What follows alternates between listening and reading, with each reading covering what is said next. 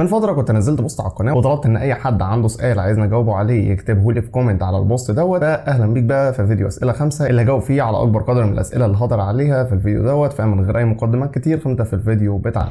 نبدا باول سؤال معانا واللي بيقول ايه سبب اختلاف اسعار نفس اللاب الاستيراد رغم انها فرز اول، وازاي ما يتنصبش عليا وانا بشتري اللاب؟ اول حاجه انك تلاقي نفس الجهاز بنفس الحاله عند تاجرين مختلفين كل واحد عرضه بسعر مختلف، فده بيكون على حسب كل تاجر، لان هنا ده مستعمل فكل تاجر بيسعر على حسب اللي هو شايفه صح. ممكن يكون تاجر شاري مثلا الجهاز اللي انت هتجيبه ده ب 1000، تاجر تاني شاريه ب 1500، تاجر تالت شاريه ب 2000. بيختلف على حسب السعر اللي هو شاري بيه وعلى حسب السعر اللي هو شايف انه يستحق يبيع الجهاز دوت بيه في السوق. فانت هنا كل اللي عليك ان انت بتشوف احسن حاله وبتقيم على اساسها السعر اللي هي معروضه بيه، فبتبدا ان انت توصل بين الحاله والسعر اللي معروضه بيه وبتشتري احسن جهاز بالنسبه لك انت. طب ازاي تعرف اصلا ان الجهاز اللي انت رايح تشتريه ده فرز اول وما يتنصبش عليك؟ كل ده انا شرحته في فيديو هيطلع لك في الاي دلوقتي فوق، وهسيب لك الرابط بتاعه تحت في الديسكربشن، اتفرج عليه وصدقني الفيديو ده هيفيدك وهيعرفك وانت رايح تشتري ازاي تعرف ان الجهاز ده فرز اول او لا، وتعرف حالته وحاله القطع اللي جواه عامله ازاي. السؤال اللي بعد كده بيقول ايه احسن اماكن اشتري منها لاب استيراد وجديد؟ بالنسبه للجديد فانت عندك كذا مكان. انت عندك سيجما كمبيوتر، عندك ممكن تطلب من نون او تطلب من امازون، ليها اماكن كتير. واللابات الجديده انت هنا مش محتاج انك تشوف الحاله ولا الكلام ده، انت بتشوف بس اقل سعر معروض ايه وتشتري بيه. وبالنسبه لللابات الاستيراد فللناس اللي ما تعرفش، في متجر او صفحه خاصه بيا انا بداتها اسمها لابتوب ايجي، هسيب لك رابط صفحه الفيسبوك تحت في وصف الفيديو ورابط الموقع اللي تقدر تشوف كل العروض اللي متواجده عليه وتطلب الجهاز اللي انت عايزه يوصلك لحد عندك. ولو عندك اي استفسار بخصوص اي جهاز ابعته على رسائل الصفحه بتاعت الفيسبوك وهنجاوبك عليه على طول. السؤال اللي بعد كده بيقول لابات الاتش بي 645 جي 9 او الاتش بي 845 جي 7 هل اللابات دي مناسبه للبرمجه والجرافيك 2 دي؟ بالنسبه للبرمجه فهتعتمد على حسب نوع البرمجه ولغتها اللي انت تشتغل بيها، بس معظم اللغات هتشتغل كويس جدا في برمجتها على الجهازين دول او حتى لو اجهزه اقل منها شويه. بالنسبه للجرافيك 2 دي فهيشتغل على الاجهزه دي كويس جدا لو انت بتستخدم حاجه زي فوتوشوب او الستريتور، لكن لو بدات تدخل على جرافيك 3 دي بقى حاجات زي 3 دي ماكس او افتر افكتس او الكلام دوت، فهنا انت هتبدا تحتاج اجهزه اعلى. لكن جرافيك 2 دي وبرمجه هيشتغلوا على الجهازين دول كويس جدا.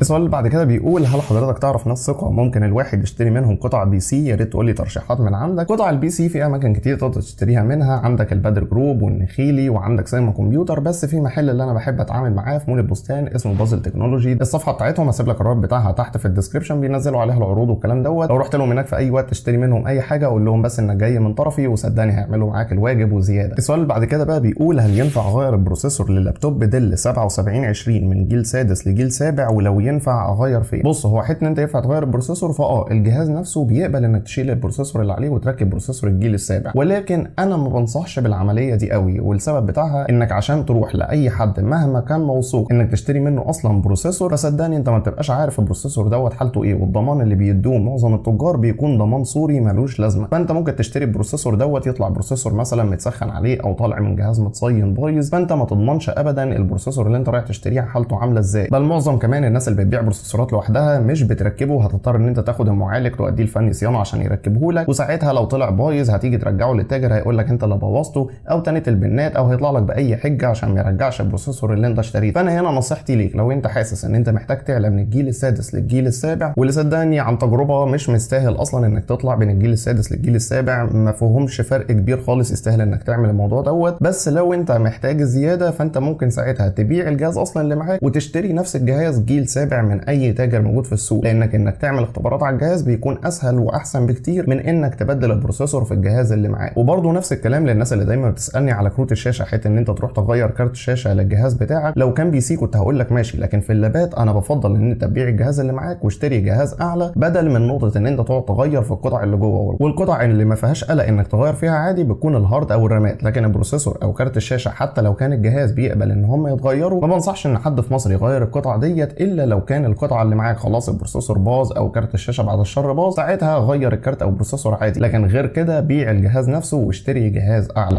السؤال بعد كده بيسال عن الديل بريسيشن 7710 الجيل السادس، رامات 16 وهارد 512 وكارت شاشه 4 جيجا، هل هو كويس في الالعاب ولا لا؟ لو انت هنا تقصد الكارت الام 3000 ام فانا سبق وجربت عليه كذا لعبه، هيطلع لك الفيديو بتاعها في الاي دلوقتي فوق تقدر تتفرج عليه، واسيب لك الرابط بتاعه برده في وصف الفيديو. السؤال اللي بعد كده من صهيب، انا سبق وجاوبت على سؤال زيه اللي هي الموقع المضمونه اللي اقدر اشتري منها قطع بي سي للمونتاج. انا جاوبت على السؤال دوت خلاص، ولكن بالنسبه لحته ان انت تعرف ايه المواصفات اصلا والقطع اللي محتاج تجيبها عشان تمنتج باداء كويس، دي انا هعمل لها فيديو منفصل هينزل قريب باذن الله، فما تنساش ان انت تشترك في القناه عشان يوصلك الفيديو ده اول ما ينزل. السؤال بعد كده بيقول لابتوب اتش بي زد بوك 15 15 جي 3 نسخه الكارت ال 2 جيجا حلوه في الفوتوشوب والاستريتور كبدايه ولا لا؟ الجهاز كويس جدا وهيشغل لك برامج ال 2 دي كلها، حتى لو كان دخلت في شغل بروفيشنال هيشتغل معاك كويس جدا. المعالج بتاعه كويس، وكارت شاشه ما هواش يعني اعلى حاجه، بس الكارت هيشغلك كويس طول ما انت في برامج ال 2 دي. السؤال بعد كده بيقول لابتوب كويس للبرمجه بس يكون امكانياته كويسه، ما يهنكش لو فتحت اكتر من حاجه في نفس الوقت، بعيدا عن ان النوفو ال كيو عشان ريفيوهاته مؤخرا سيئه في حدود ال 50,000. بالنسبه للفئه السعريه ديت فافضل حاجه موجوده فيها هي لينوفو ليجن 5 نسخه الرايزن 7 ال 5800. المعالج بتاعه جبار بالنسبه لاداء البرمجه، وحيث ان احنا نفتح حاجات كتير مع بعض المعالج هيشتغل كويس جدا وعمره ما هيهنج. وفي برده كارت شاشه كويس اللي هو الام دي ال 6600 الاكس تي، الاداء بتاعه كويس جدا، لو فتحتي معاه مثلا حاجه زي شغل 3 دي او كده هيشتغل كويس جدا على الجهاز دوت. الجهاز ده سعره في الوقت الحالي متوسط ال 48,000 جنيه عند سيجما كمبيوتر، وهسيب الرابط بتاع الجهاز تحت في وصف الفيديو.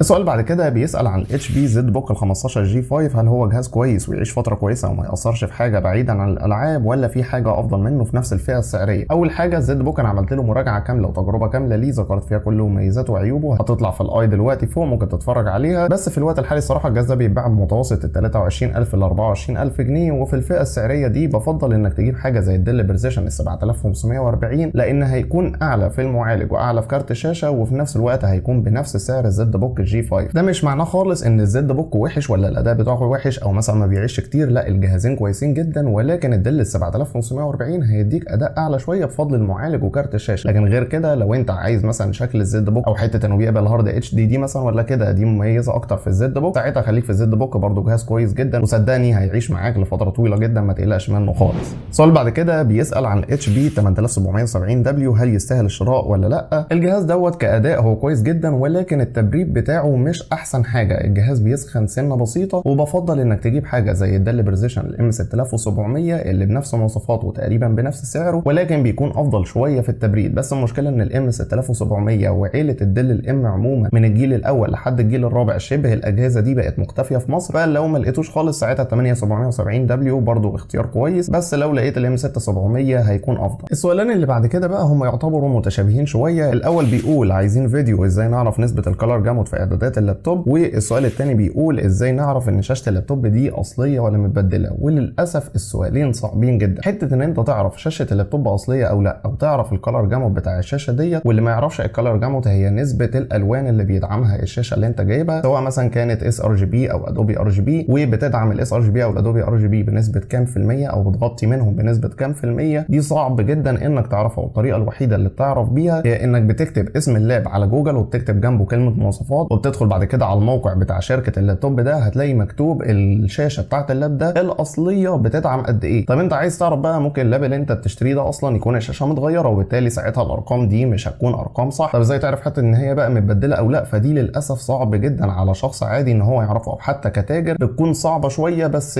مع الوقت بتبدا تعرفها وتحددها، بس ملهاش اسس معينه او طرق معينه اقدر اقول لك عليها للاسف عشان تعرف هل الشاشه دي اصليه او لا. وهنا الحاجه الوحيده اللي بتلجا بيها انك بتسال التاجر، ولو هو شخص ثقه او شخص محترم هيقول لك هل الشاشه دي اصليه ولا متبدله. لكن غير كده مفيش طرق للاسف تقدر انت بيها تحدد نسبه الكلر جامود من سوفت وير مثلا او كده. في مواقع بتقول، بس مواقع غير دقيقه خالص، وكل الارقام اللي بتطلعها غلط. وحته انك تعرف هي اصليه ولا متبدله فدي للاسف برضو ملهاش طريقه معينه تعرفها بيها.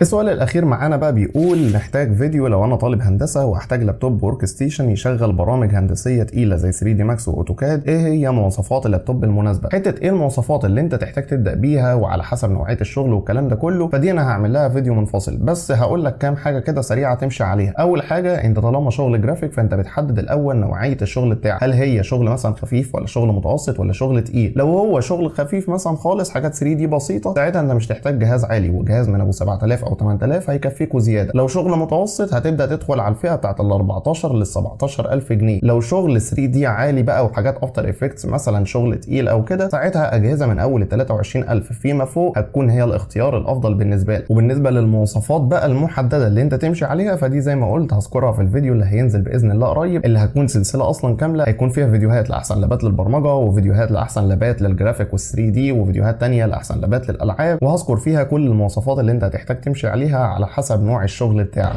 كده بقى احنا نكون خلصنا الفيديو بتاعنا. انا عارف ان ممكن يكون في بعض الاسئله مش هعرف ارد عليها عشان الفيديو برده ما يطولش مننا قوي، فلو في سؤال معين او لو حد عنده لسه برده سؤال عايز يساله لي اجاوبه عليه يكتبه لي في كومنت على الفيديو دوت، او في جروب الفيسبوك بتاع القناه تقدر تدخل على الجروب دوت تكتب اي سؤال عندك، وانا او اي حد تاني عنده اجابه على سؤالك هيرد عليك على طول، او لو حابب ممكن تكتبه لي في كومنت على الفيديو دوت واحاول اجاوبك عليه في اسرع وقت ممكن. لو حسيت بقى ان الفيديو دوت عجبك ما تنساش اللايك الجميل، تنزل حالا تشترك في القناه وتفعل زر الجرس عشان يوصلك كل الفيديوهات الجديده، وتعمل شير للفيديو عشان غيرك يستفيد. كان معاكم علي عيد، سلام عليكم.